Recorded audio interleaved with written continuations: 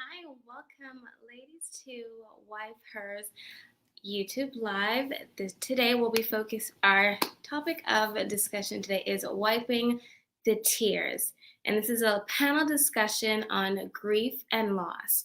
We have an amazing group of ladies here tonight who are going to speak to us about their personal experiences as well as give us tools and support on how to either go through our own grief process or support those who are close to us who are in need of it.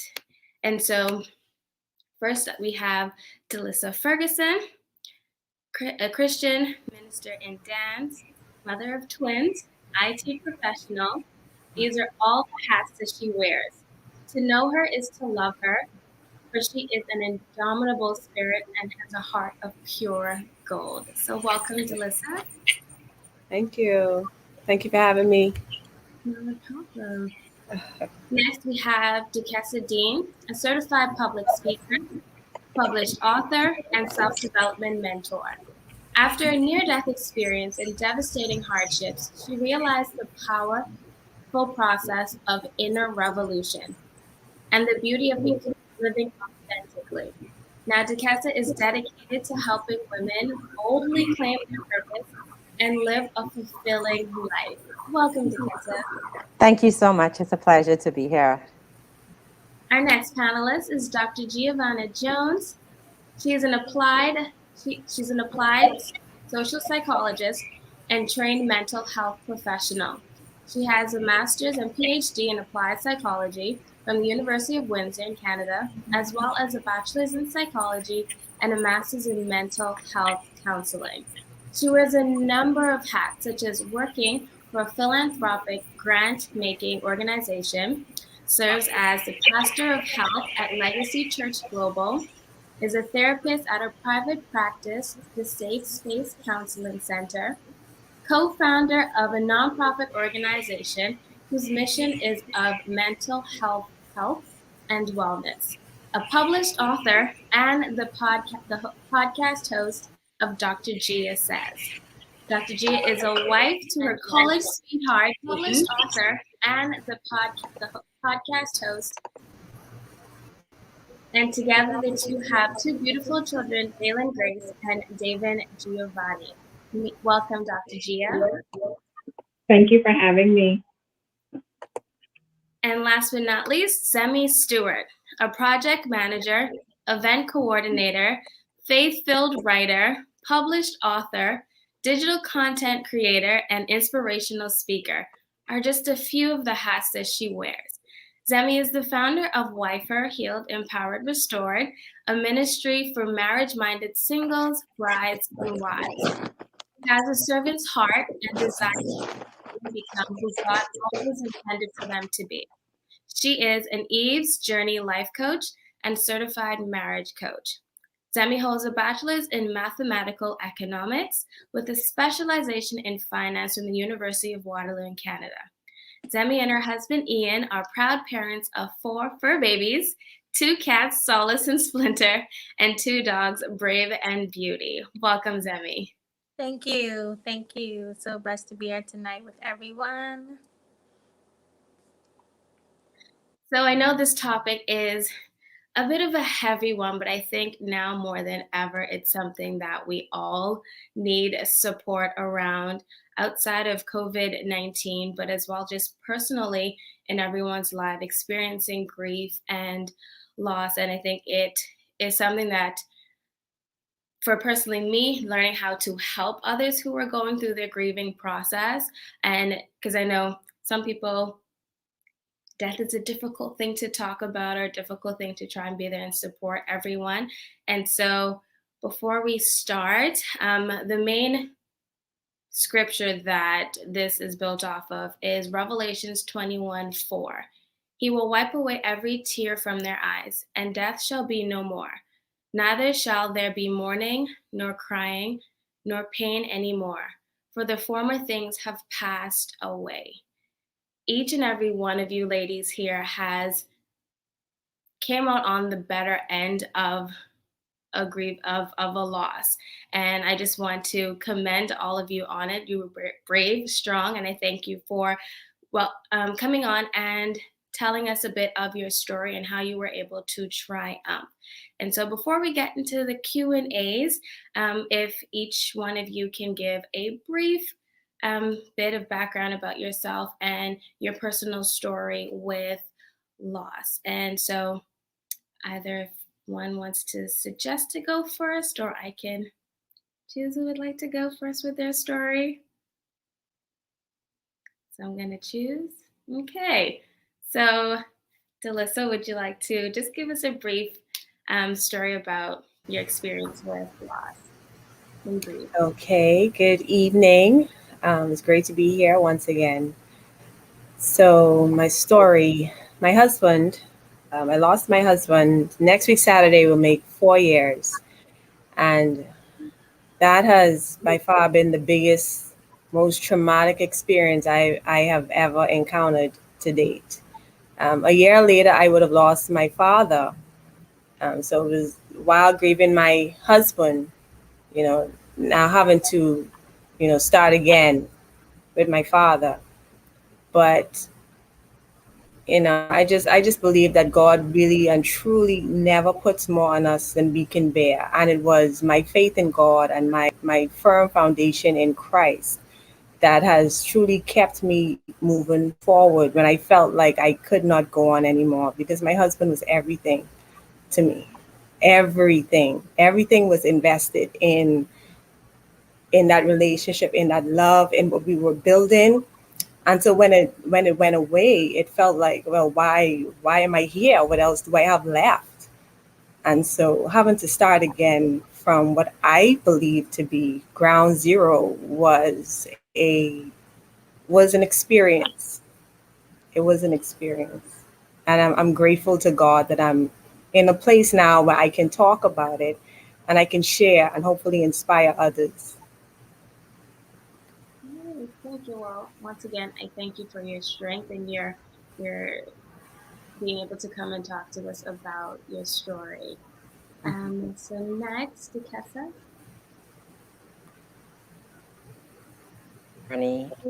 Can you hear me? I have two aspects of the grief journey that I'd like to share from. At the age of 13, I lost my primary nurturer, who was actually my great grandmother. My great grandmother took care of me from a baby until she passed away at 13. She was the person that affirmed me, validated me, baked cookies with me. She made me feel loved and warm. And then at 13, she passed away, and with her was all of my love and affirmation and self-esteem building. And that started a spiral of events in my life, because I don't think that people understand how devastating it is to young people or teenagers and children when they lose someone they love. And then in 2017, my mother passed away suddenly. She was ailing with cancer, but the week before, we just got a really good doctor's report. She had 2 more chemo sessions to go. Everything was looking good and positive. And then one day she wasn't feeling good, and 2 days later, she was dead. I had no idea how I would live without her, because we had become two peas in a pod. We had a very challenging relationship for many years. But when I got about 30, 31, we mended that relationship and we became very good friends, as well as the mother-daughter relationship. And so her death really hit me deep to my soul. Well, thank you for sharing your story. Dr. I guess Giavana. I'll go and we'll leave Oh, the professional. Thank Okay, so my first encounter with grief, I was more so a participant in everyone else's grief. I remember I was 3 years old and I was attending my great grandfather's funeral. And I had no idea at the moment how much grief would be webbed into my own life. And the stage is set. Before I was born, my parents lost their first child in a drowning accident. So it seemed like it's just always been around, and such a force in our family. So when I was 12 years old, I lost my mom suddenly. She had asthma, and we had no idea that it was going to deteriorate so quickly. And so that shifted the course of my entire life. and the subsequent events that follow. When you lose a mother, you feel like you've lost a covering, I guess, similar to how Delisa would say, and you lose your spouse, and when you come under his covering, it's kind of similar. And then, you know, from that experience, you kind of knit yourself to people as mother figures. And 2012 was the year when I lost three mother figures back to back. And I just was undone. I left university. I just, I just needed to rebuild from the ground up. I recommitted my life to Christ. And that has been kind of the foundation for everything that has come since that point. And since then, losing so many loved ones, to a point where you don't fully process anymore. You pretend like, oh, they may be just like, they're still alive, they're just somewhere else. So, you find different ways to cope. And I found myself compartmentalizing to cope with so many different losses and the subsequent things. So I'm sure Gia could like unpack so much of that, the good and the bad of my coping mechanisms, and all of us on the panel tonight. But that is my story. Great. Thank you for sharing, Zemi.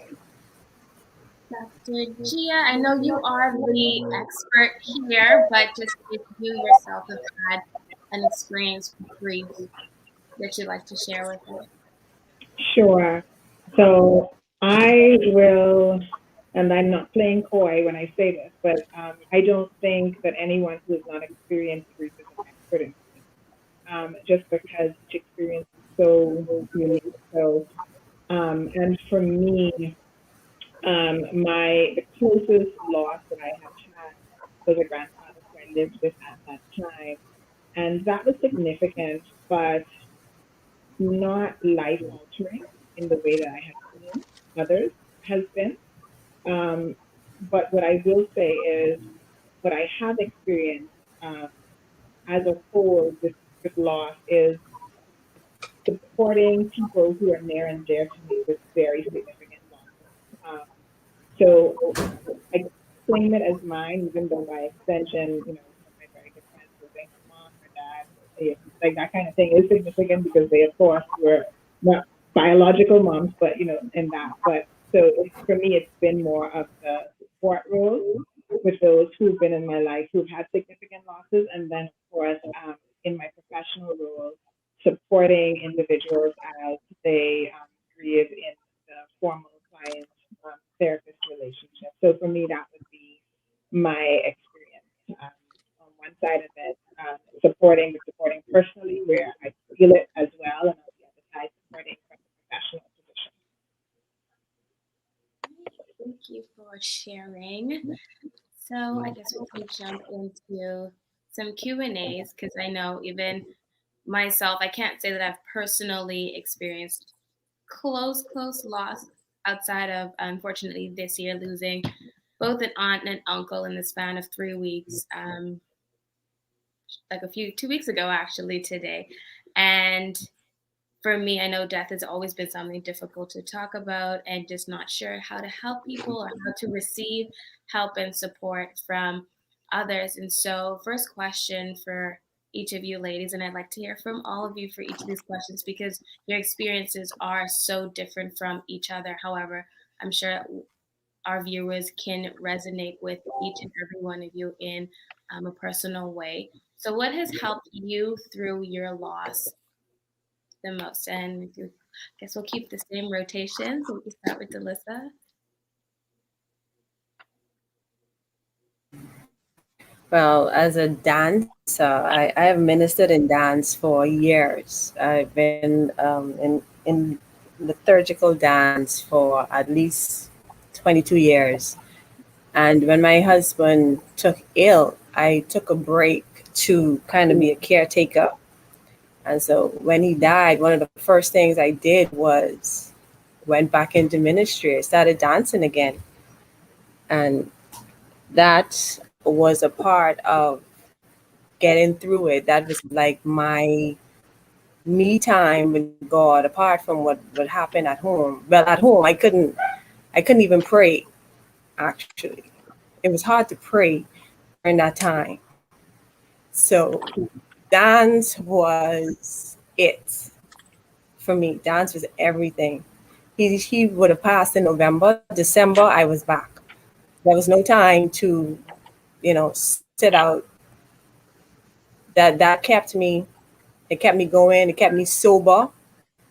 I had friends that during that time when he first passed away, I had friends that came over and they created a schedule amongst themselves who was going to stay because it was just me and my kids living together. So they would make arrangements of who would stay, who would sleep over with me and the kids, and who would do this and who would do that. So having that strong support system with my friends, with my mother, who was and still is a very strong component to what's happening now with me and my kids and us trying to move forward. And so community and my faith in God was a big and still is a big factor in coping in my case. Thank you for that. So, my takeaway from you is that just going back to things that you enjoy and things that make you bring you back to happiness, help you find your sense of self again. And so for you, that was going back to dance. Yeah. There, yes, I think when stuff like that happens, you're searching for some sense of normalcy. And for me, that was the most normal thing I could put my hands on at the time. And I just dived in and I held on and I never let go until, I for me, that was a lifeline. It was my lifeline. And I'm just grateful to God, even for my pastors that would have allowed me. Because in some cases, too, you would have where, people think they know what's best and they'd probably try to talk you out of it. But they allowed me to function even in that space. And so I'm grateful for that. Thank you for that. That's the same question. What helped you through your loss? Well, I'm going to be extremely transparent and tell you that I didn't cope well in the beginning. I actually crashed. The most simple actions in life became difficult. I struggled to bathe. My now husband actually and some of my best friends moved in and they helped me to do what you would call regular things that anybody should do. I wasn't sleeping, I wasn't eating. I wasn't coping well at all until I had maybe 4 days after her death. A very good friend of mine called me and she said, "Listen, I know your mom passed away, um, but you have a plan for this. Like you've written a plan for handling disappointments, setbacks, difficult experiences, things that railroad you. You have a plan, and I need you to go and look at that plan. And once you look at that plan, come back and let's talk." And I was furious with her because how dare she? Like I'm grieving. My mom has passed away. How dare you call me to accountability, right? But I did. I went, I looked at the plan and I was like, okay, you have to get yourself together because life is just a series of hills and valleys, and you have to be able to navigate through these valley experiences. So that friend having the courage to confront me essentially about kicking into action with a plan because my mom needed to be buried. There were affairs that needed to be taken away. I couldn't stay sitting down in guilt or in my grief. So that was the first thing I had to do, was accept that that situation was not going to change. And I needed to do the things that were necessary to give her a proper burial. The second thing that helped me once I did that was stepping into the role as president of the GD Caring and Sharing Cancer Support Group, because my mom had started a cancer support group. And by doing that, I was able to carry her legacy to serve the women who were currently fighting cancer or who were survivors. And it gave me such joy to be able to carry on the work that she had started. And so I still work with the group today. As a matter of fact, we were in the streets today raising money for cancer. So that helped me to cope because it made me feel like she was always there with me, because I was working in something that was so intimate to her. And then God gifted me in the exact same year my mom passed away. He knew that I would need unconditional love. And so my granddaughter was born in April of the year that my mom died. My mom passed away in October. And my granddaughter, it was like she sensed, she was 6 months maybe, but she was so loving and cuddly and nurturing, that my love extended to her, and I wasn't able to sit in sadness all the time. So those were the three things that really helped me. Great. Thank you for that. I was about to say, I know sometimes it's difficult to cope with it. I think I'd be an emotional wreck as well. So I do understand, you needing to withdraw to yourself, but I'm glad that you had that strong friend who was willing to come through regardless of how you would have responded or Yeah. reacted to her. Yes, I'm grateful. Okay. So, Zemi, what has helped you through your loss? Well, so I took, it was a long time before I realized that I was in a spiral, what I call the cycle of grief. So I would grieve my mom every year, and I really didn't bury her until I think 11 or so years after she had passed away, which is a long time to keep a wound so fresh and to keep revisiting it. And so I didn't really do a good job in that process. And I would just take on more things, or I would process it in a small window and not really go deep enough into it to really, take deep breaths into it. And I think it's different because when we were young, we had the people coming at that early stage, that 2 week window or so, when everybody is around and so much different things going on, you can't really think about it. And then everybody goes away. And then in our case, we lived on Eleuthera. Most of my mom's family was in New Providence, and they didn't want to visit because it was too painful. And so oftentimes, some people they have grief too, and they can't put their grief aside to deal with your grief as well, or to help you through a process. And so we would kind of be begging people to just come, please come. We need some normalcy. We need people like mommy, and it was very difficult for them. And so we ended up just processing on our own as individual units of my family and, my immediate family. And so a lot left undone, a lot was left unsaid, and a lot was left open. And as you progress through different losses, every time I lost someone, it was like, this wound is open up again. Any heartbreak, it's like, oh my gosh, this wouldn't happen to me if mommy was here. Or everything was based in that experience. And so I really, wouldn't say I buried her until I accepted Christ, and I, sought healing, went to therapy, and worked through that process. And not to say that I still don't have my moments, as everyone on this panel knows, like we have our moments. You always miss that person, but it turned away from depression to like, oh my gosh, I really wish I could call her on the phone. So it's not as unhealthy anymore. It's a healthy missing, like, oh, I wish I could talk to her right now. And that's how it is with a lot of the different losses now. It's more healthy and managed in a healthy way. Yeah, thank you for that. Dr. Gia, I know as a therapist, you counsel and you help mentor those who are experiencing grief. As a mental health expert, what are some of the ways that you've seen have been best to help those cope with their loss? So I will speak from the perspective again as the friend, the sister who has supported others. And I will say exactly what Zemi said. One of the things that I am intentional about is after that 2 weeks, because I can't tell you how much times I have heard that from clients, from people where it just feels so empty. So I am super intentional about once the time has passed where the burial has ended or the burial is completed, that I am clearly making myself available. I'm doing just check-ins, that anniversaries, special occasions. So for me, I have a greater sensitivity now for things like Mother's Day, Father's Day, Christmas, and I know some of it may even, even me speaking about it now, some of it may not even be healthy, but I know as we approach Christmas, I always think about people who are in my circle who had just recently lost someone or where Christmas had meant something for them. And so for me, it's a moment for me to pause. It's a moment for me to check in with them.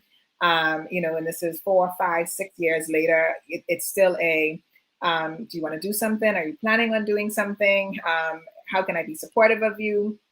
And so that's what I would encourage anybody who is supporting someone who has gone through a loss is it requires a little bit of an intentionality, because for us, when it's not us who have the loss, then it's kind of like once the major kind of moment have passed, which really, it is centered around that time preparing for the burial, then it's kind of like life goes on.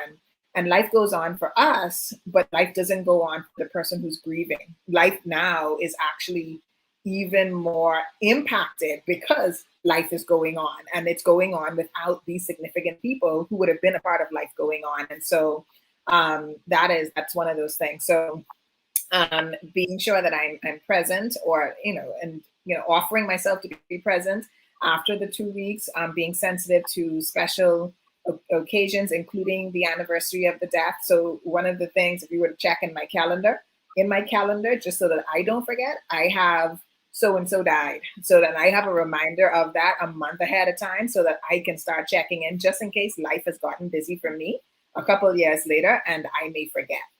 And then I'll just give one more, and that is just to be. So don't feel like you need to offer platitudes. Don't feel like you need to give a reassuring word. I am comfortable with silence, and I am comfortable with sitting in silence with somebody who may just need to sit in silence. I am comfortable sitting if you're going to slobber all over me and crying. I'm also comfortable with that as well. I am comfortable with the anger, with whatever it is, but I recognize that there's absolutely nothing I can say or I can do to make you feel better, and so I don't even bother to try. And so that is another recommendation that I would give to somebody who's supporting is I don't want to minimize, your activity, your presence, your words. So I don't want you to think, to be defeated by that, but just recognize that when the loss is significant, the words are great, and it may come as a reflection a couple of weeks later, a couple of months later, but in that moment, it's really not. And so what I've gotten feedback on that is you being there, whether it is just I've been on the phone where we just breathe in, just because they didn't want to be alone in that moment. And so we're just breathing, or something of that nature, just sitting quietly. And I'll tell you, the old people have this down pack, because my Grammy, they used to just, they have this, like, just be like, Grammy would be like, so mother so-and-so died, so I go into the house. This would be pre-COVID. And I said, what you in the house for? It was like in earlier days, and they just sitting, but they just like, it's just sitting. It's just so the person isn't alone, just so they're not grieving alone. They don't have to do anything, or they may, fuss around in the kitchen and help around with that, but just kind of having somebody there, but also respecting if the person says, I don't want anybody around me, that may also, you may need to give them a break or two as well. Thank you. I know you mentioned that you're intentional about waiting a specific time before, and as well as, okay, if they need just to cry, if they need just to sit in silence.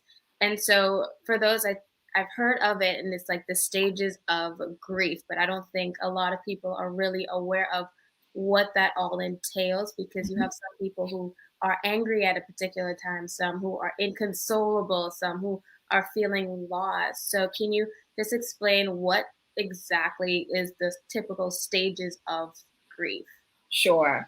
Now I'm going to say this, and I'm going to put my academic hat on and say that this is a theory. By theory, it means we have organized information that we have collected via research from a number of people, and this is what seems to be the norm. I say that because I don't want anybody to get tripped up that it didn't quite go the way that these stages are supposed to go. And in fact, when Kubler-Ross is the researcher who Elizabeth Kubler-Ross, who kind of coined this, And one of the things that after it became so popular, she said, well, it wasn't meant to be this kind of thing where you check mark, because what was happening with people was like, okay, so first is denial. Okay, they're in denial. So now I'm going to look for anger. And then maybe anger didn't come after it. Maybe they just ended up being like extremely sad, overwhelmed, helpless, hopeless, all of this thing. They're like, but wait, you didn't go to anger first. This is depression. And so, so the 5 stages: denial. After denial, then there's anger. After anger, then bargaining. Bargaining leads into a depression, and depression leads then into acceptance. Denial, of course, straight off the bat, I can't believe that this has happened. I'm completely in shock. This makes no sense. I may even try to avoid talking about it, facing it, just kind of the complete shutdown. This is not true. This is not happening. Then after that, then, if you can face it, and if you can then kind of look it in the face per se, then it's like, well, then there's this kind of irritability, this anxiety, this kind of frustration, why now? Why this? Why me? Why her? This isn't fair. Life isn't fair. This is too much. I didn't sign up for this. Everything that comes along with just those strong feelings. And then after, and this is kind of the logic of it, is after you've recognized and you realize these strong feelings, but nothing is happening because of it, then it's like, well, maybe if I then, if I do this, or God, I promise if you could just bring them back, or, you could change the situation. If I'm going to be a better person, a better this, or I'm going to do this, I'm not going to do this anymore. If you could just bring them back, I wish I could go back and do that. And sometimes bargaining takes the shape or the form of also kind of just telling the story, and telling the story in this wistful, I wish I had way. This kind of, this reflective, but it's a reflective of a, if things had gone differently, it's maybe if I had done this, and maybe we could have done that, kind of, anything that could change the order of events that occurred. And then what is said to happen is, after you've pretty much exhausted yourself, because all of this is emotionally exhausting, particularly anger and bargaining, then it is kind of like, then it's just like, fine, this is it. This is too much. It's overwhelming. I'm sad. I'm, just, there's nothing else left. What else is there for me to do? And then after depression, then there is acceptance. And there's something to be said about acceptance. Acceptance is less about saying that it's okay that you lost this person, as much as I lost this person and I'm going to be okay. Okay, so there's a difference between that. So a lot of times when we think about acceptance, we think that the person should now be okay with the loss. Like, like, oh, okay, I'm fine, whatever your theology is, God took them, they left, whatever. So so I guess that's okay. It's not necessarily that as much as it is, I recognize that this person is now gone. And while it feels like it's the end of me, I do also recognize that there is more, and that I'm going to be okay. And I'm going to take whatever it is, the baby steps, whatever your method is, kind of approach to life, to be able to move forward. So no longer being stuck. So acceptance represents your now will to live, and those steps that you take to continue to live, even in the absence of the significant person. Thank you for that. Thank you for that. The way you had worked it as, it's okay that the person is not here, but I'm going to be okay. I think that was a very good way to shift that mindset, because I know a lot of people are just like, oh, they're in a better place. And it's just like, okay, they're in a better place, but they're still not here. So that still and I still miss them. Yeah. Exactly. My life still sucks because they're not here. Yeah. Yeah. Exactly. But thank you for that little mental shift there. I know each and every one of you, your timelines have been different from the initial date of loss. And we always hear in any circumstance, oh, time heals everything. Oh, in time it'll be better. But I want to hear from each and every one of you exactly. Do you really think that that statement is time heals all wound is true? Does it really apply as much as people say it is, or how is it? I guess how does it connect with you, if it does connect at all? So sorry, once again, same little circle with Delisa. Okay, for me, I think time gave me control. When my husband first died, it was like all the pieces scattered everywhere. And I could not see my hand from my foot. Everything was just a mess, a total confusion, utter chaos. But as time went on, and you begin to be a little, you get a little bit more sober. Now you're able to plan the way forward. In my case, I was able to plan my way forward for me and my children, but it took time. And when I say too, that time gave me control. Listen, if the wind blew too hard, I was crying. I still cry. I won't cry now. I'm trying. You can hear it in my voice. I am trying so hard to keep it together. But everything reminded me of him. And it was with time, being able to, should I use the word compartmentalize, Dr. Gia? But I think time gave me the ability to do that, to put everything in a box. Okay, I'm having a moment. Let me settle. And time gave me the option to kind of step back and take inventory of what was happening. Whereas when everything first happened, it was just chaotic and sporadic. And listen, I going through, I don't really care who see me freaking out. I crying and I want to be sad and I want to be depressed. I don't want to be bothered. I want to be angry. And you almost understand what I'm going through and blah, blah, blah. But control now, you understand that, listen, life happened.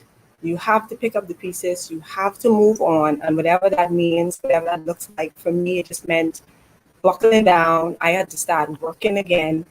I had to get my kids sorted with school, get back into the normal flow of things, whatever that is, right?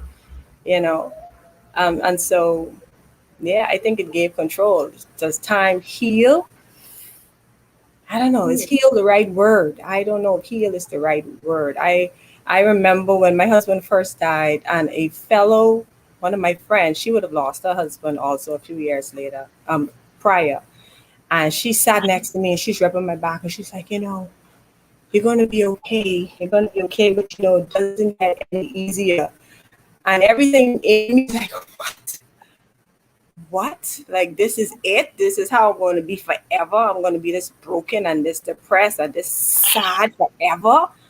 Gosh, but fortunately though, she was wrong in that regard. It hurts, but it becomes manageable. Like, you can function to some degree, whereas I could not function before. Like Miss Dean said, the same with me in the beginning. I couldn't. I think I stopped bathing. My friend was like, "Girl, okay."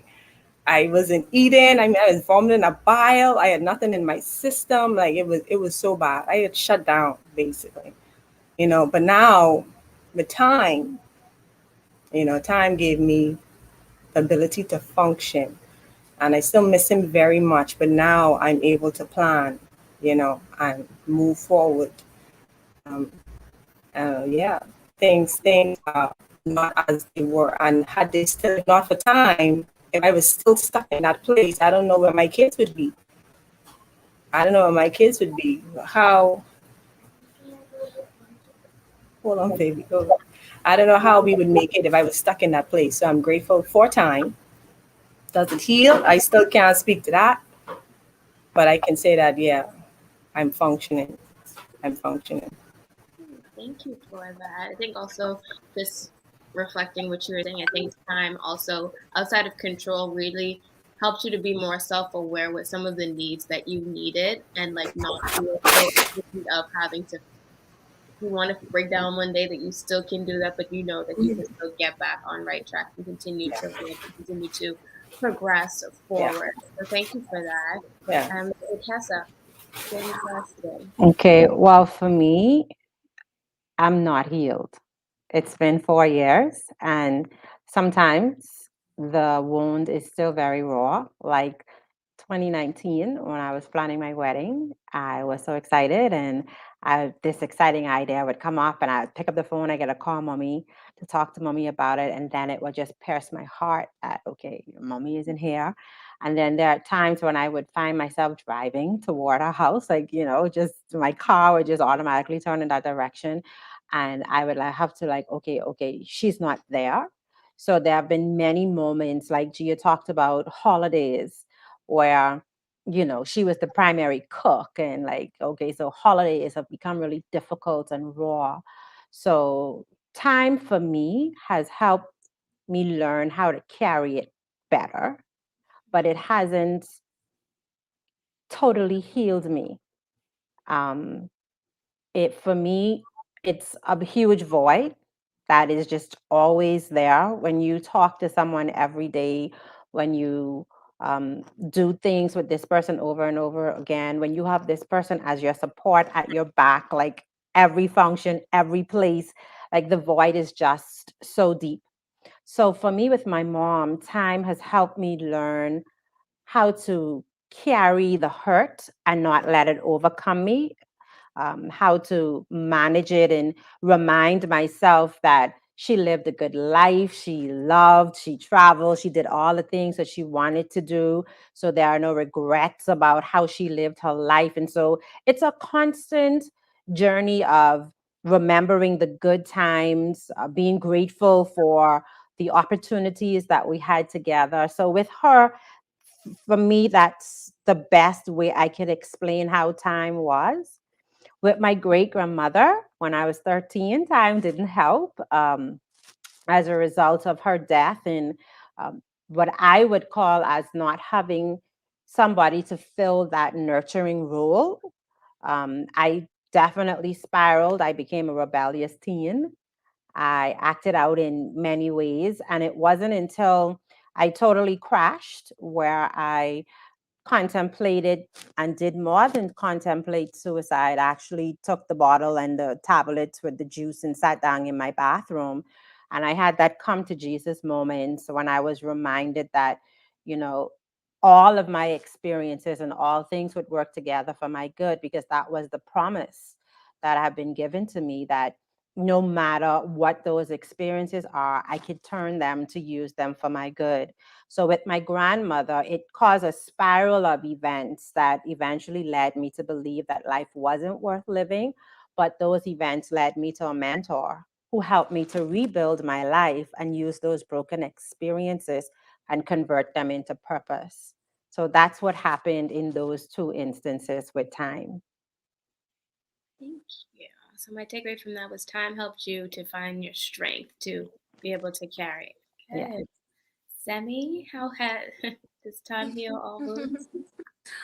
Well, I'm on the fence with this one because over time I can see how I face the painful days, Mother's Day, Christmas, or birthday has shifted.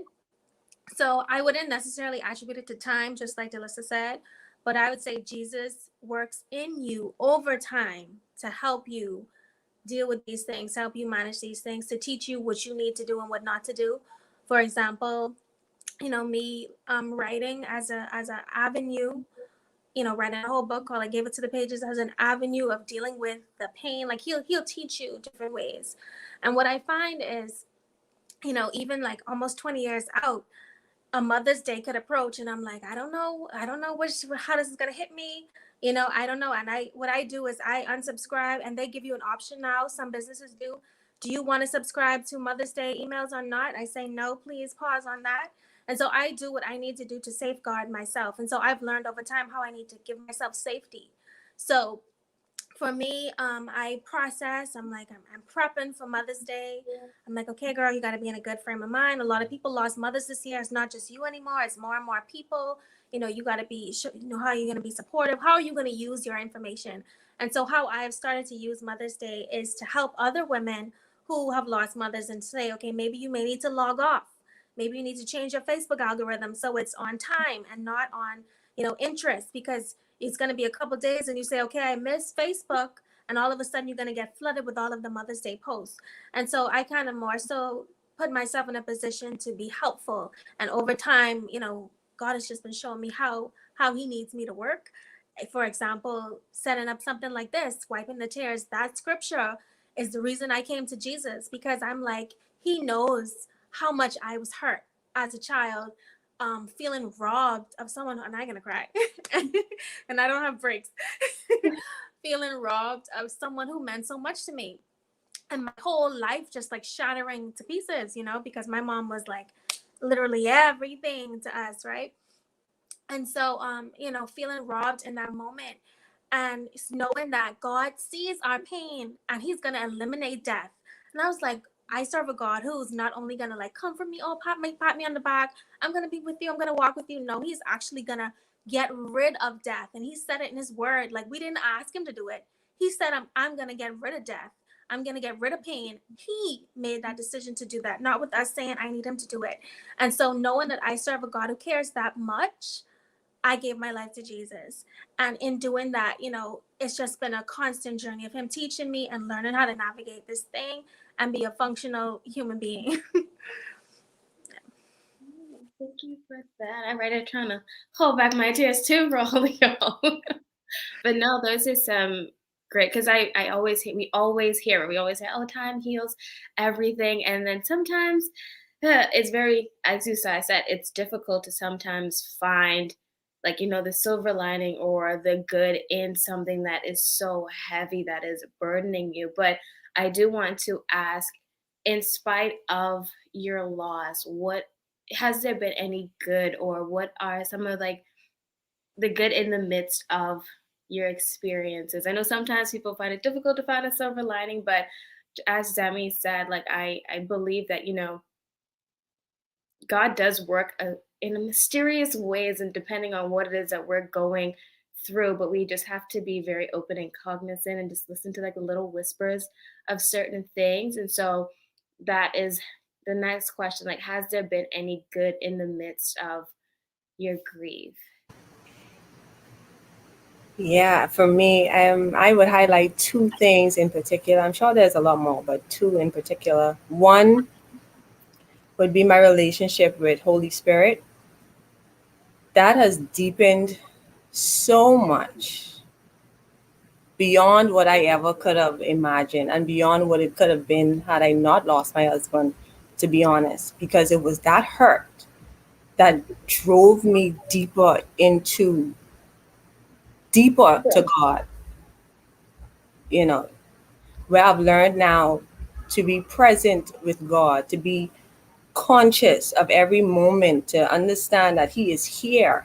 And that was a part too, going all the way back to the beginning. A part of my coping also too was being here and being now, not being in the past when my husband died, or in the future when I'm thinking of the things I have to do without him, but right here and right now, and in this moment right now with you guys, there is no sadness. Right now, he is not dead in this moment. I'm not looking at him. We're not at a funeral in this moment. You know what I mean? I'm not trying to figure out the way forward in this moment. In this moment, I'm here with you guys. And it's one moment at a time. That I have learned has been phenomenal in my life. And I was able to apply that to every aspect of my life, and just being present, because God is here. He is now. He is not in the past. He is not in the future. He is here. And if we miss here, we miss him. And that has been life-changing for me. So that one, my relationship with Christ and how it has grown leaps and bounds. Not that it wasn't something when my husband was here, but just understand that trauma has a way of causing you to really dig deep. I had questions, because here it is, I prayed. I mean, the nation prayed with me for my husband to still be here, and he wasn't. And my faith was challenged, y'all. I mean, challenged. Like, this the God we believed in, the God we would have boasted about to others, and he didn't answer our prayer. That's how I received it. And so it took me down a road. Unfortunately, I didn't abandon ship but it did take me to a place where we were deep in, and me and God, we became closer than ever before. And so that's a good thing that came from it. And the second thing is that I would have launched the JFET Lyrically Blessed Ferguson Foundation. And in that foundation, during the time since its passing, we fed people, we helped countless numbers of persons during that time. And just like Miss Dean would have said, helping others, really too was a way of coping to get through, because it kind of take the focus off what you're dealing with. When you help other people, it's such a good feeling. And then you understand, like Zemi said, that you're not the only one dealing with stuff. So when you see it like that, you tend to get out of your own way and try to be a blessing for others, so that you can all kind of come out together. And so this experience has helped me to help many others. Even now, I'm planning to we're doing an initiative for the hospital where we're going in and giving bags with socks and blankets and Bibles to these hospital patients, just to let them know that they are not forgotten, you know. And so that would not have happened, not on my behalf, had not I experienced what I did. So among many other things, but those two are definitely what stand out to me when you ask what good came from it. Yeah, thank you for sharing that. And I loved how you said if you miss here, you miss him. And sometimes, no matter what may be going on around us, the world may be crashing around, he's still there. We just have to find a way to just be quiet, be still, and let him work in the midst of our chaos. So thank you for that. I'm so happy about the foundation as well, and you guys being able to give back through all of that. So Duquesa, is there any? Yes, actually, Delissa, right? Right, like Delissa said, for me, it was about relying more on God. Like I can't speak for everyone, but when I was hit so deeply with this loss, that was all I could hold on to, that grace, that mercy, the belief that, this process will eventually lead somewhere that would benefit other people. And it did through the GD Caring and Sharing Cancer Support Group. I learned as a silver lining that life is now, because she was good Monday, dead Thursday. So it gave me the realization that the richness and joy in life is to be experienced now with those that we love. And if for some reason there is discord is something that should be addressed as best as possible with the people that you love and bring resolution to. Um, and it also helped me to prioritize my family and put in place boundaries that would allow me to be here, to be a mom, to be a wife, to be a grandmother, and not be pulled in so many directions by career driven for a certain level of success, but to understand that tomorrow may not come, and today is what I have to work with. Actually, this moment is what I have to work with, and to stay present in that moment. So I learned to enjoy the richness of life and to prioritize who I want to serve, where I want to serve, the work that I want to do, the commitment that I want to make to people. And I also, for me, a silver lining was understanding legacy. Like my mom touched so many people. I was just super amazed at her funeral. I mean, the people were spilling into the road. And when I sat at the funeral home as we were receiving people coming to view her body, and I listened to hundreds of people talk about, your mom was this to me, your mom did that to me. Your mommy was a little bit crazy, but she was a good person, right? As I listened to people talk about her, I learned that when I leave Earth, I want that same legacy. I want to be left in people, not in amassing wealth, not in amassing things. But the silver lining for me was understanding that our life goes on in the memories that we leave with the people that we love. Wow, that's amazing. Thank you so much for that. And I think just a shift of focus really is what people are. I think personally for myself, like more intentional about spending time with people who make me feel good, people who pour into me and where I can serve, as opposed to, oh, just going to job every day, 9 to 5. No, how can I make the most of this day and serve the people that are in my life, or just anybody who comes into contact with me? How can I make their day in this current moment? So thank you. Thank you for that. Zemi, is it good in the midst of your grief and your loss? So I think I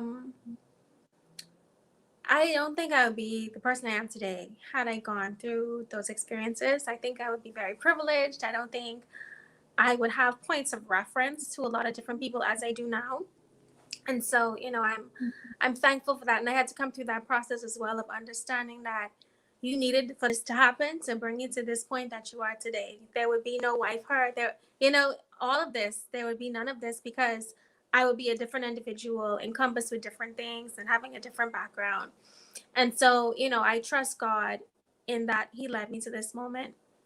And I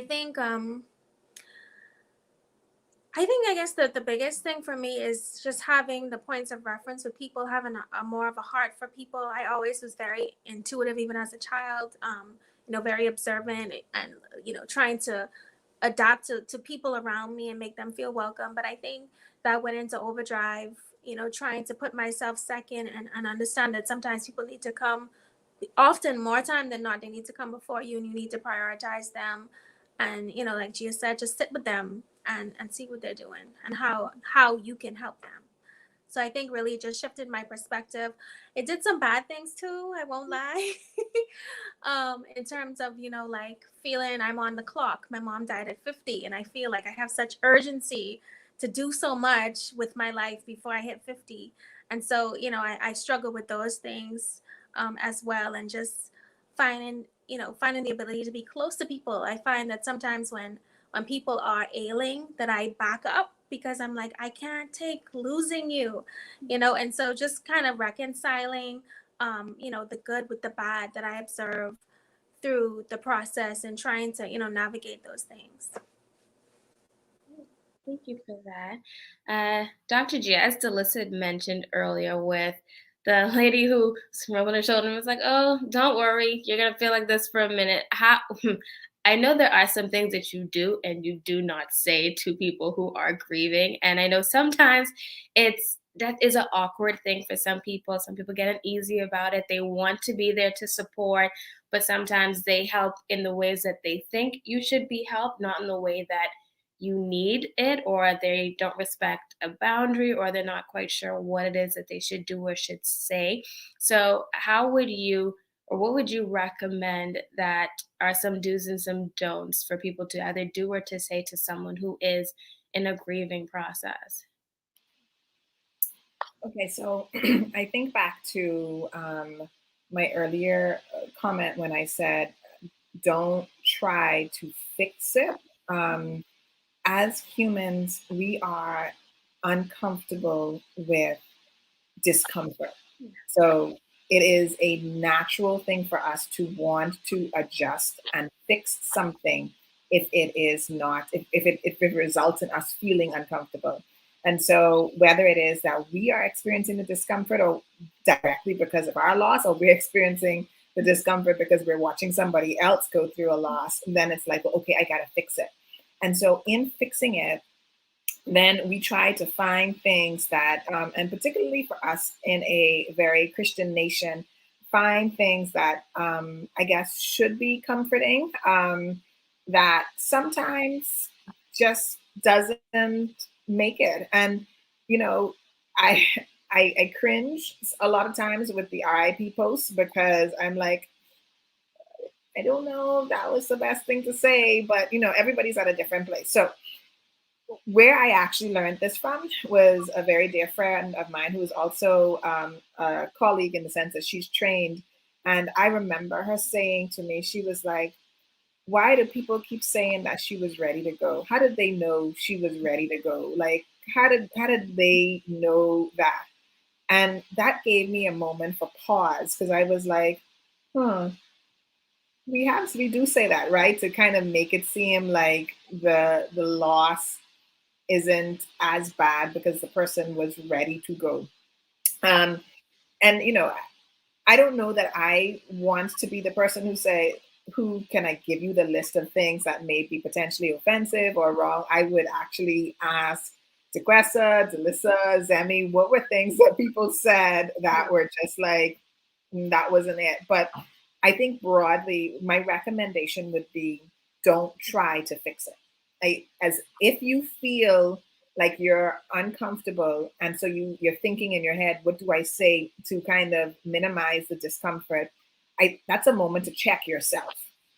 That's not a moment to fix somebody else, because your discomfort is likely because you're just uncomfortable, not necessarily that, and so it's kind of like, okay, if I'm uncomfortable, how do I manage my own discomfort without kind of projecting that on somebody else, without having to, try and fix it or be something. And so a lot of times I tell people, and I do, is there something that you need?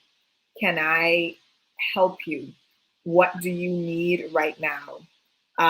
What is something that you would like to have that you haven't had yet?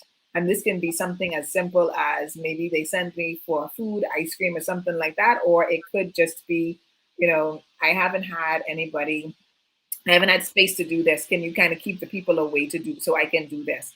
So it is more of a forget about your own discomfort and use that moment to find out if there's something that you can be helpful with. But avoid the platitudes, avoid the speaking on behalf of God. Uh, that one gets me. I'm like, how do we know? How do we know that God thought that or felt that or said that? And just try to be a human. And you know what? Being a human means that you may also cry with them in that moment. And that's another thing. I've heard people say, "Well, I don't want to be around them, or I don't want to say the wrong thing because I feel like I don't want to set them off."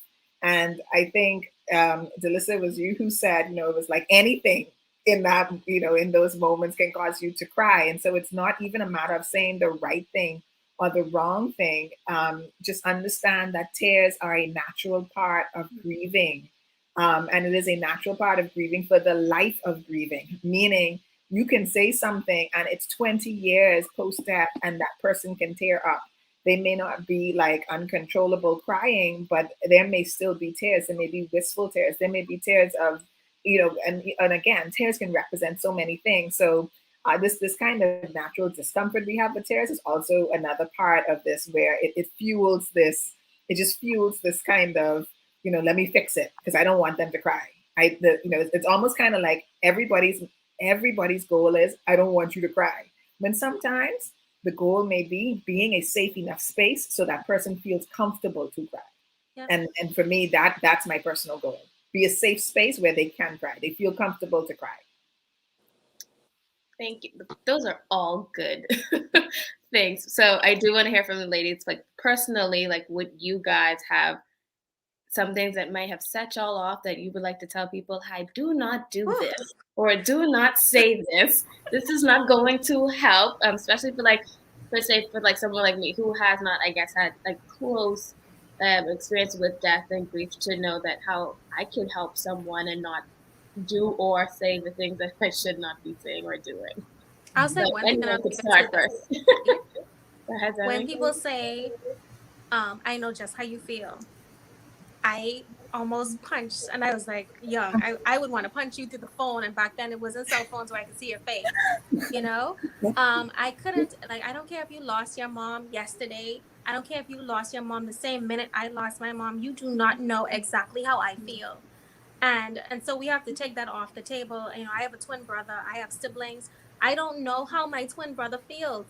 Yeah. I don't know how my sister feels. I don't know how my dad feels. They each lost someone who was very important to them in a different way from me. So take that off the table. That is not something to say. For me, Oh my goodness, there were a couple of phrases that just, I had to do everything I could to not snap at people. One of them was, she's in a better place. Don't make assumptions. Like, why would you say that? What better place is there than her being with me or being here with her loved ones? So that really rubbed me the wrong way. Like Dr. Gia said, God knows best, right? So, or God takes his best. Like those sorts of comments are insensitive, um, to someone who's grieving, right? It doesn't bring comfort to, it didn't bring comfort to me to hear them say, well, God took his best. Because why would you take your best and leave this big void here when your best was making such an impact? And then there were people that trivialized your grief. Girl, it's been 3 weeks. Like, don't put a time limit on how long a person should take to grieve, right? So those were three of the things that really rubbed me the wrong way. Yeah, for me, and I had close family members say this, and Lord, if I had a gun, I would have been doing the bank lane shuffle, y'all. Okay, so they were like, they were like, well, you're not the first, and you won't be the last. Oh my God, you're not the first to lose a husband, and you're not going to be the last. Talk about trivializing my pain and my situation, and I'm talking like this is like days after he passed away, and it was just so I was so angry. And now, mind you, there's truth to it, but the way that it was said, it just came off so wrong. And yeah, they were saying it to try to comfort me, because when I think of that, I'm not the first and I'm not the last. When it comes from me, it's a comfort, honestly. When you think of I'm not the only one going through this, you kind of. But when it coming from someone else trying to show me, okay, you ain't got a free code because it ain't just you, boo. Like, no, don't come at me like that, because now you're making my situation seem like what it's not, and it is that, and so much more. Because, like Zemi would have said, every relationship is a different level of grief. If you was to lose someone, it produces a different level of grief depending on the level of the relationship, the depth of that relationship. And so, no, you don't know how I feel because you don't know the relationship. When he and I knew that, you know. And so, yeah, it's a lot of insensitivity, and like Dr. Gia would have said, it's really them trying to help and be there and make it better, because it is our natural instinct as human and friend and family to not see our loved ones hurt, and we end up, causing more hurt in the process by doing some of these things. Thank you, ladies, for all of those do not do's or say. I think just like the bigger takeaway from it, especially like so what Dr. Gia said, is that we have to take ourselves out of it and really just be the support that the grieving individual needs at that time, and sit with the uncomfort. It'll pass, but not to say anything that will belittle what the current atmosphere is for someone who is grieving. So I know each of your stories are different in the type in the person that you would have lost. So what would you say to someone who would like to listen, someone who has lost a husband, who may be watching this or will watch the rebroadcast of this? Your advice to them, especially also with continuing to raise your children and continue to live life for you as well. Well, personally, for me, it's really about, like I said, being present. Like that's the biggest takeaway. Be present, be in the now, because now is where the joy is. And your husband or your loved one, your spouse is no longer here. Things are going to be different, but you're going to be okay. You're going to be okay. And I remember when my husband first died, and people, this was pre-COVID, so the place was just booked out with people. They were everywhere. And the ones that told me everything is going to be okay, and this hours after he died, I was like, I mean, I held on to that like it was water and I was in a desert. I'm like, you think so? Like, you really think it's going to be okay? Like, you think so?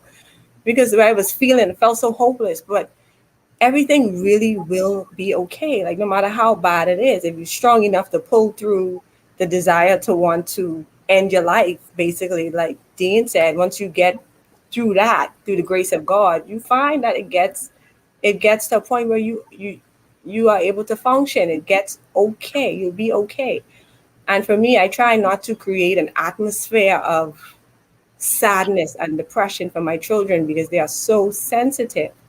Their spirits are open and they're so sensitive. So when I do reference my husband, their father, it's in a place of light and joy and fun, and not from sadness and grief and despair. And that takes work and effort. So if I have to cry or anything like that, I make an effort not to do it in front of them. I don't always succeed, but for the most part, I try not to bring that where they are. Just try to keep it as light as I possibly can with them because, like I said, they are very, very sensitive, and they will understand and they will learn how to deal with grief and loss of their own based on how you handle the situation now with them. And so it's incumbent upon the person that is lost and that has children watching in the home to really be very sensitive to how they react when these emotions come upon them. Thank you for that. Um, Next, either Duquesa or Zemi. So there are two things for me. One is that my mom in August of 2017 attempted to have a conversation with me about her final wishes. And at the time that she was having this conversation with me, I was like, "You're not dying. Like, I'm not gonna be sitting up here planning your funeral with you. I know you're frightened, you're scared because of the treatment and the journey, but I'm not planning." And we got into a little heated moments because she wanted to talk about her funeral and what she wanted to happen, and I was not prepared for that. And so I shut her down. I I get it now that she wanted to make sure things were in place and it wasn't a burden on anybody to try to figure out how to give her the burial that she wanted. And so now I get it, but we don't want to face that our loved ones will leave us.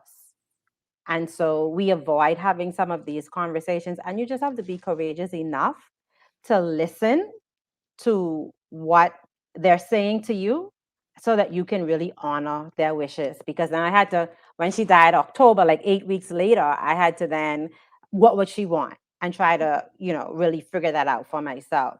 So I'd like to share with whoever's listening that if you have a loved one that's ailing and they want to talk to you about what their final wishes are, as scary as that is, I'd like to encourage you to listen because I regret not listening and I don't have the opportunity to reverse that in any way.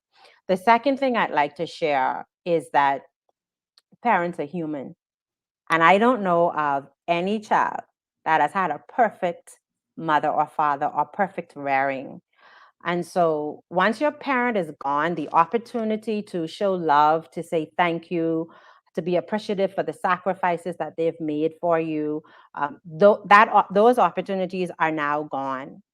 And so if you have a parent and for some reason you haven't said thanks, or you may have minimized the sacrifices that they've made for you, or you haven't uh, made them feel loved and appreciated because of the things that they did to advance your life or help your life, I want to encourage you to make sure that they know how much you appreciate them. I'm grateful I had the opportunity to make the amends with my mom at 30 and we could build this relationship. And I also want to say that holding on to anger and resentment for things that your parents did to you when they thought that it was the best thing to do to protect you or to guide you is really shackling you, right? And so release your parents, give them grace, give them, just see them as people who did the best that they could with what they knew at the time that they had you. This is not if you were abused or anything like that. This is just like, generally good parents. Because when they leave, there is this deep void, and you don't want to regret. And I'm grateful that I don't have to regret that we didn't get to enjoy life together as mom and daughter. To embrace the moment. Thank you for that. I must say, like for me, I always tell people like the best gift you could give someone is exactly what they asked for. And like I know my mom, she jokingly says, "Oh, she already has like the hymns that she wants at her funeral, the dress," and I'm just like, "Why?" The same as you. I was like, "Why would you say these things?" And she's like, "Hey, just when it happens, make sure these things are done." I'm like, "Okay, just so your spirit don't come back, don't let me some. I'm going to do exactly what it is that you asked." But no, thank you for that because I think some people still like you said, try to play it off, not knowing because they don't want to address it, but just to, hey, she told you what they wanted, headache, one headache avoided. So thank you for that. And also too, like you said, life is short. If anything, COVID-19 has showed us as well, is that we don't have as much time or we don't know when life is going to shift and to try and make amends, even if you forgive them silently within your own heart, just to release them from that like bondage that you have them in. So it's just Zemi. Yeah, I have a couple.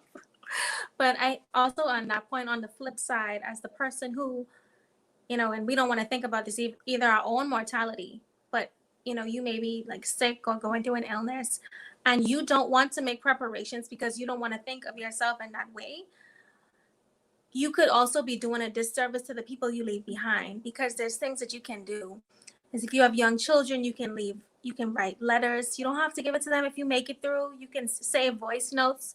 There's things that you can do if you're on that side that would make it easier for the people you leave behind. So I don't know who that's for, but that is for someone to, make those preparations. It's not to say you're going to die. It's not wishing death upon yourself, but it's lessening the load for those who you leave behind.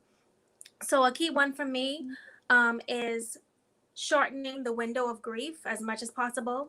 And so for those of us who have lost loved ones, it's normally, heading into Mother's Day, Father's Day, the death day, the birthday, Christmas, those big ones. And so you want to shorten that window as much as possible. For me, I associated my mother's death with Thanksgiving. Huge mistake because Thanksgiving shifts all over the place. It's different in the Bahamas and it's different in Canada. So it means that I had this big mass of time from October, to past November where I was stuck in that grief preparation phase. And so some people associate it with like the a whole month. So they died in September. The whole of September is horrible. I'm going to associate every September. Sometimes it's the 14th, it's the day of the month. So I want you to try as much as possible to limit that. Recently in May, I lost someone who was very close to me. And I already know, my whole process. I closed my eyes on the drive. I said, I'm not going to associate anything with this day. I don't even remember the day he died. I'd have to look at his funeral booklet because I knew that if I needed to shorten that window as much as possible and just think about him as the person.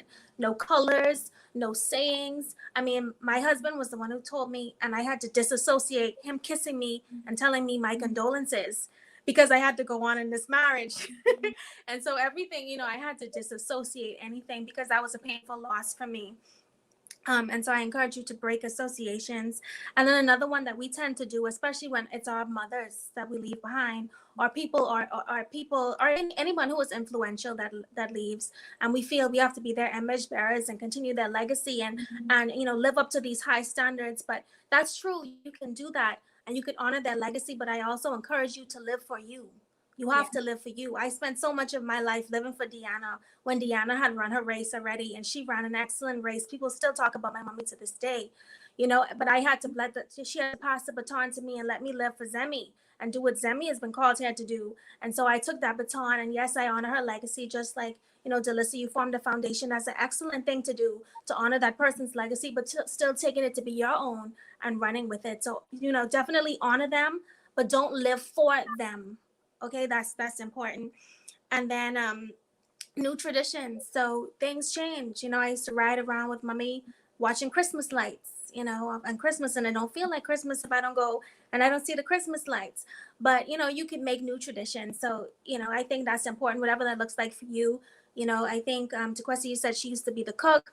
You guys may do a potluck now and compare who food is good as mommy food. And you make it. You do different things to kind of make it celebratory and do it differently. It doesn't have to be the same way. We don't have to force it to be the same, but we could still honor them. And then finally is memories. Nothing broke my heart more than when I couldn't remember what my mommy smelled like, when I couldn't remember her laugh, it was things I felt responsible for that loss. I felt like it was almost like a second death to me, death in the physical, and now my memories are fading. And it's one I felt personally responsibility for. Like I should have been more intentional about safeguarding these memories. And now with technology, it makes it so much easier. So those voice notes that you have, and even now sometimes I tell my husband when he's on calls with family members, screen record, because these are memories and you have to cherish them. And when you have these voice notes, please don't just leave them on your phone, because you will be devastated if something happens to that phone and you lose those things. And you could almost put yourself in sandalins just for that very reason. And so, send yourself the emails of the voice note, save the pictures. When people are talking about your loved ones, put record on so you could hear and replay it when they share certain things about them. When people give you, like what I found years later, people started giving me my mommy's jewelry. People I didn't know would see me and meet me and give me pictures, and so, find these things and store these things, because when you lose these things, not just the pictures and the voice and the scent and the memories, you feel personally responsible, and that is, heartbreaking in itself. And so I would definitely say cherish your memories, not in the traditional sense, but definitely cherish them and protect them. Wow, Okay. go ahead. So Zemi touched on the one that I was going to talk about, and it's the kind of the creation of the new normal or the new norm. And that's an important part, I think, of this. If we are going to reference the 5 stages of grief, I think it's an important part of the acceptance. It is, but what I do want to add to the new norm is, and I think all of you have said it in some way, shape, or form, is that you are building, but it just because the person is no longer physically here doesn't mean that they're not a part of this kind of path that you are, this life as post their physical loss. And I think in those, well, from what it seems in those early moments of loss, it feels like once they physically go that everything is gone. But you'll find as you start to open up, as you start to consider what life looks like, that you'll find that there are ways that you can incorporate it.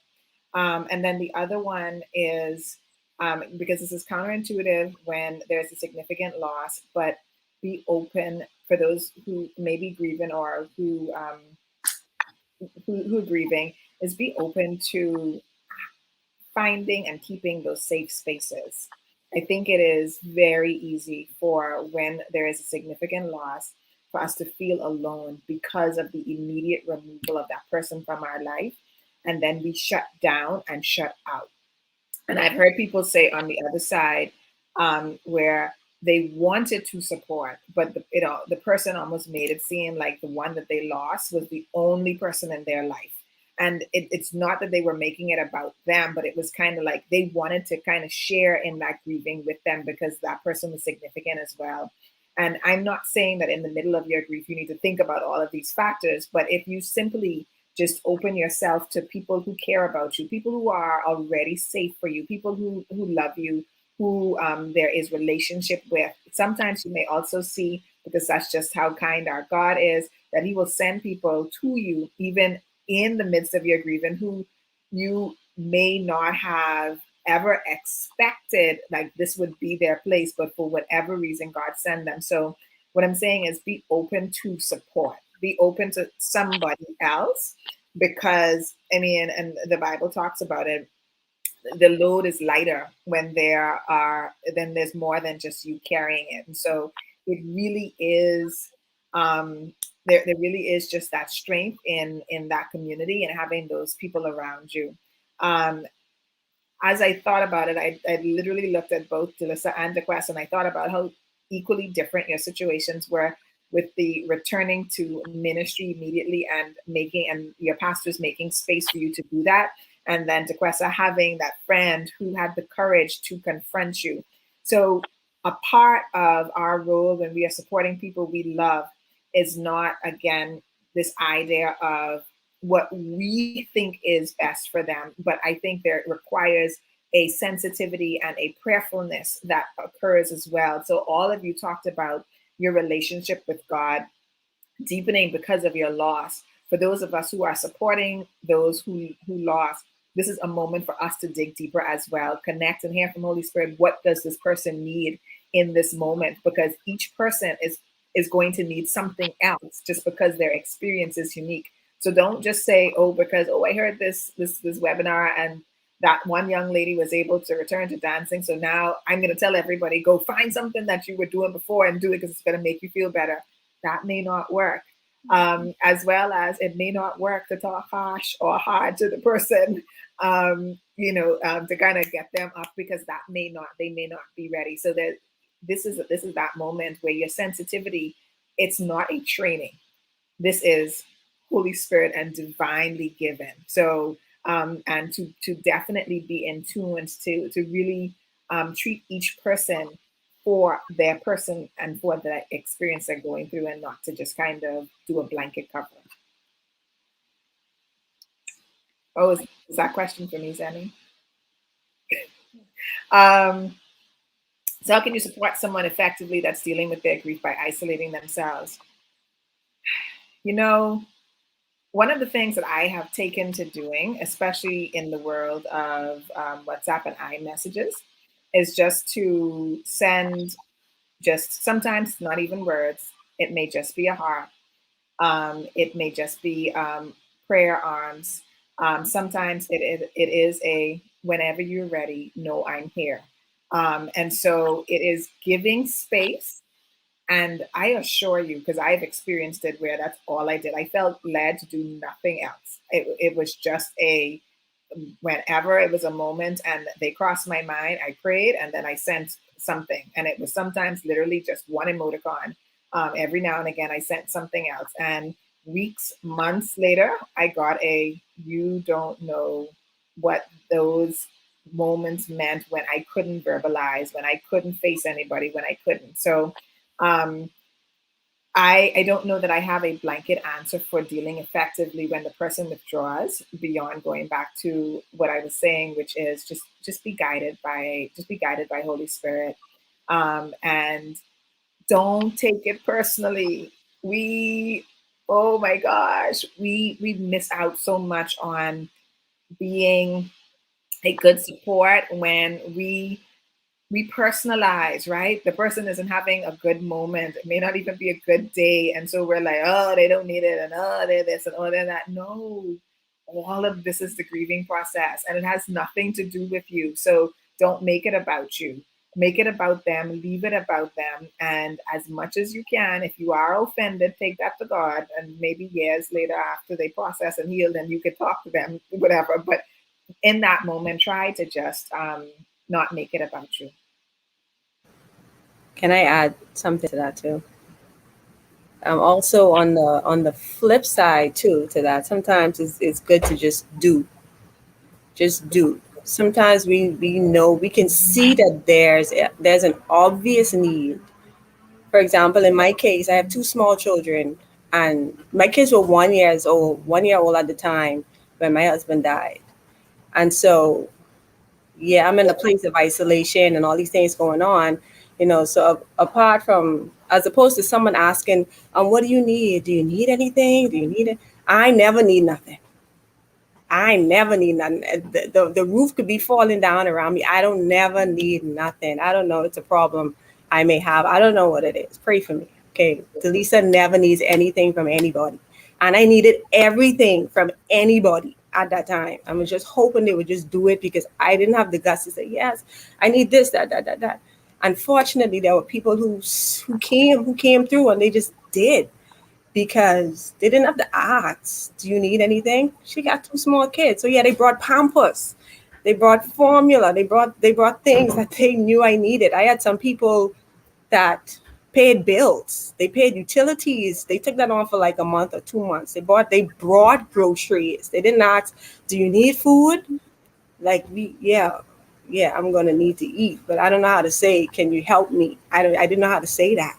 And they come through the doors with groceries in their hands, and everything in me was like, hallelujah, thank you, Jesus. Because they responded to a need that I was not able to verbalize.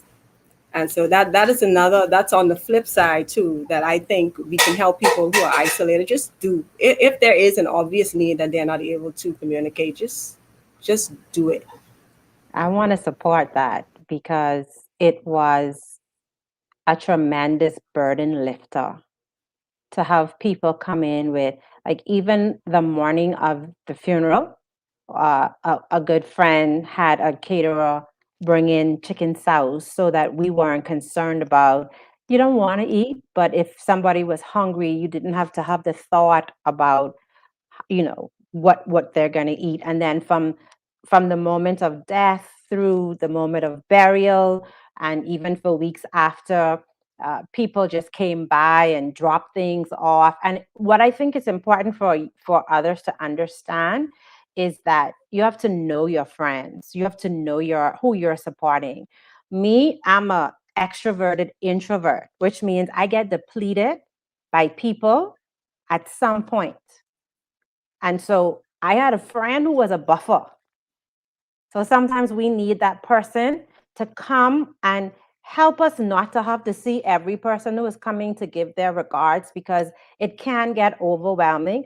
So know who your friend, know who you're supporting, know what's going to overwhelm them, know what they're not going to be able to express, right? And like Dr. Gia says, like, don't take it personal. Sometimes I had to withdraw for my own sanity because I found myself comforting other people who were overwhelmed by my mom's passing. And that meant that I couldn't focus on my own grief because I was too busy trying to make them feel better. So just be conscious and considerate. Okay.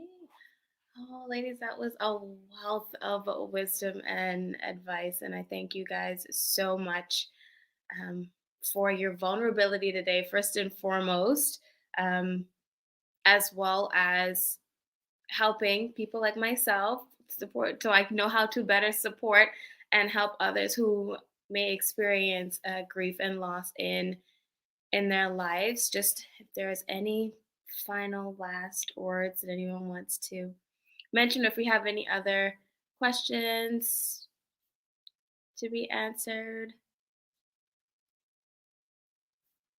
No, no more questions. Myself, I have a comment actually. One of the things that I recognized when my mom passed away is that as a community, I feel as if we put death on the back burner. Like in some communities, death is celebrated. They have these tribal parties, and it's this big glorious thing. But in more of the Western communities, we put death on the back burner and don't really talk about it, and we don't really help. I mean, we don't really help people to understand that, we know we're going to die and it's a part of the process of life. But I think if we have more conversations around, like this sort of conversation, but also about celebrating people after they're gone, just making death a normal part of our lives and helping other people as well as ourselves understand the process that it takes to get from grief to a place of carrying it okay, instead of just ignoring what is a big elephant in the world, because we will all die. And ignoring that or not talking about it doesn't make it different.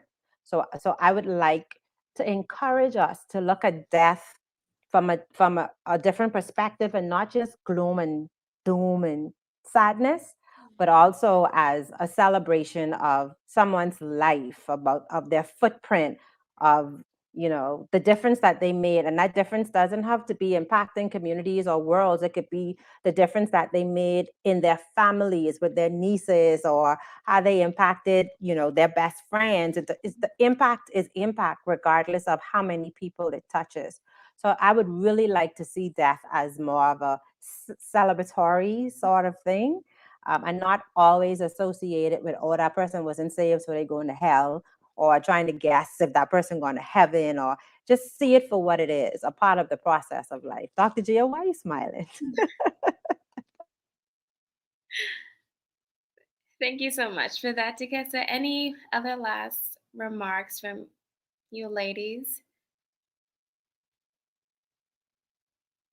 I think we could go around the room with, just last words, but similar to what Duquesa just said, I wish I read like the Old Testament where you have like King David. When he died, he was able to declare blessings over his children. I wish that that model could come back where, and I hope that God would grace me as well when I have children and great grandchildren, etc., to be able to know when I'm about to pass. So we talked about that a little bit, like, oh, she was ready to go. I want to be ready to go. I know I'm about to leave and say, and depart those blessings. And I hope we can bring that back into our society. So similar to what you mentioned as well, like you shooting down your mom when she said, I want to tell you what I have to do. And she could have also given, declared blessings over you in that moment and say, I'm so proud of you, but you'd be like, Mommy, I don't want to talk like that because, it's too much for us, and so just opening spaces like that for us to talk, fluidly like that. And something I wanted to part with as well is it's okay to grieve out loud. The reason that Delisa, that's saying it right. Let me just say Lisa. The reason Lisa is on the panel is because she grieved out loud. Someone sent me her post, and I was like, oh, she would be perfect for this. Duquesa as well. You were grieving out loud. You were sharing an experience, and I said, okay, I would. I was like, I really want you to come, but I didn't want to say it, and you said, I'll come on the panel. And so, when we do that, it's so helpful. I have grieved out loud so long that people already have been preparing on how to grieve their parents. People come up to me or message me and say, you know what, I've seen you do this for so long. You really helped me in ways you don't even know when it was my time to go through it. And that is the benefit of showing people the good and the bad, the process of the situation, and journeying to what I call the other side of grief. Finally, one more point. I saw on Twitter one time that people said, oh, don't send flowers to people who've lost loved ones because they break down crying when they see the flowers. I want to say, okay, we may break down crying when we see the flowers, but a few months later, we're going to remember who sent flowers. We're going to remember who sent the heart emojis. We're going to remember who came in our inbox. We're going to go through and read the messages, and it's going to make us feel so cherished. And I just want to say thank you to someone who may be watching or not, who every single year for the past 19 years has sent me a message on Mother's Day to say, just want you to know I'm thinking about you. I am an isolator, and she has sent that message every single year. So I just want to say I appreciate you, and for so many people like that in my life who have helped me to overcome and get to the other side.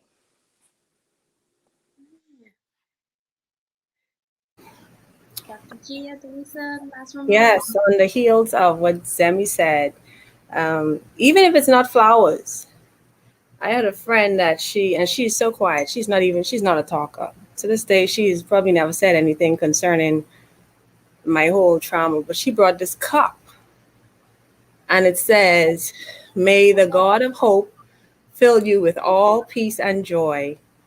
Romans 15:13.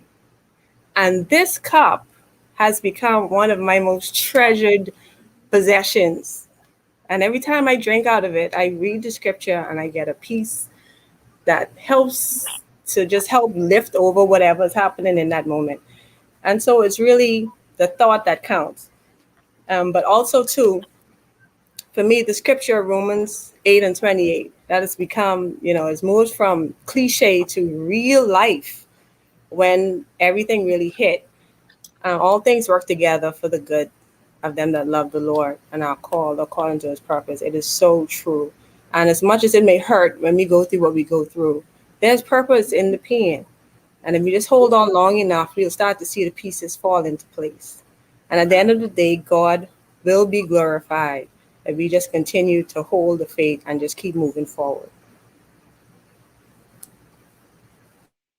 Yeah, Dr. Gia. Okay, so Zemi taught me this when she and I did a similar version of these a couple years ago.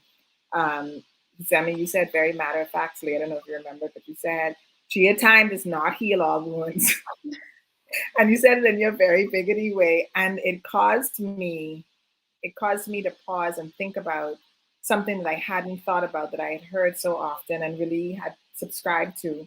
And what you and I ended up talking about after that was that it was the intentional willingness to process and to heal that really was alongside time, that made it feel like time was allowing for this healing to occur. And so I will say it again because it's already been said, but I will say it again for somebody who may have been late or just you just need to hear it again. Do not just sit and wait for time to pass for you to heal. It really, really requires a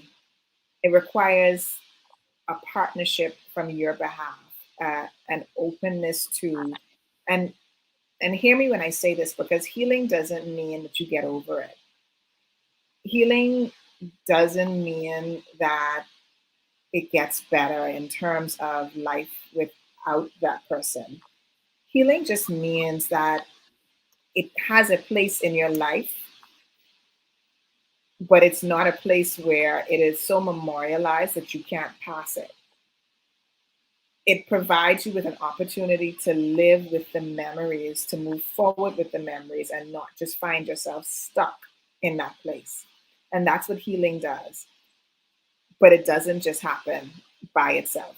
You're not just going to wake up 5 years from now if you've done nothing, if you've just remained wallowing, or just kind of feeling sad. It's not going to. That hole will continue to feel like a hole unless and until you engage in ways, in healthy ways that are going to allow you to, or allow God to fill that hole, and to show you how you can live it out, and live with the memories and create from that place.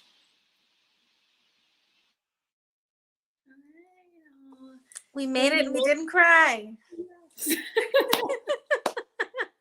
And y'all, I'm just like, I don't know why y'all didn't cry, because there's nothing wrong with crying. So let's end on that. There's nothing wrong with you I crying. was this close, y'all. It did well up a little bit. But I was like, don't fall, don't fall.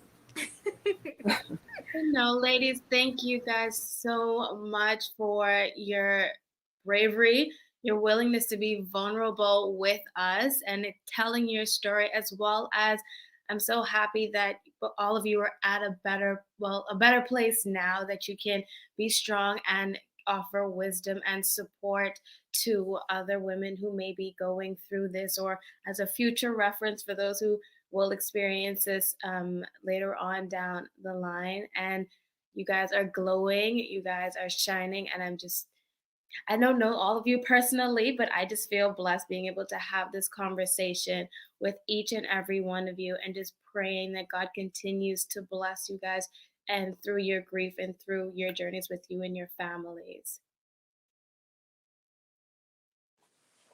Thank you. Thank you for having me. Appreciate you. Thank you, everyone, for joining us. Thank you for viewing. If you're on the replay or you haven't subscribed yet, please subscribe to our YouTube channel. We'd love to have you over there and keep up to date with everything we're doing. Oh, I don't know if anyone wants to drop their handles as well, so people can keep up to date with you. Well done. Oh, you can say where they can follow you? Everything is Duquesa Dean. Website, Facebook, Instagram, Duquesa Dean. Yes. Same here. Delisa Ferguson on Instagram, Delisa Ferguson on Facebook, the Lyrically Blessed Foundation, and Lyrically Blessed, the music page.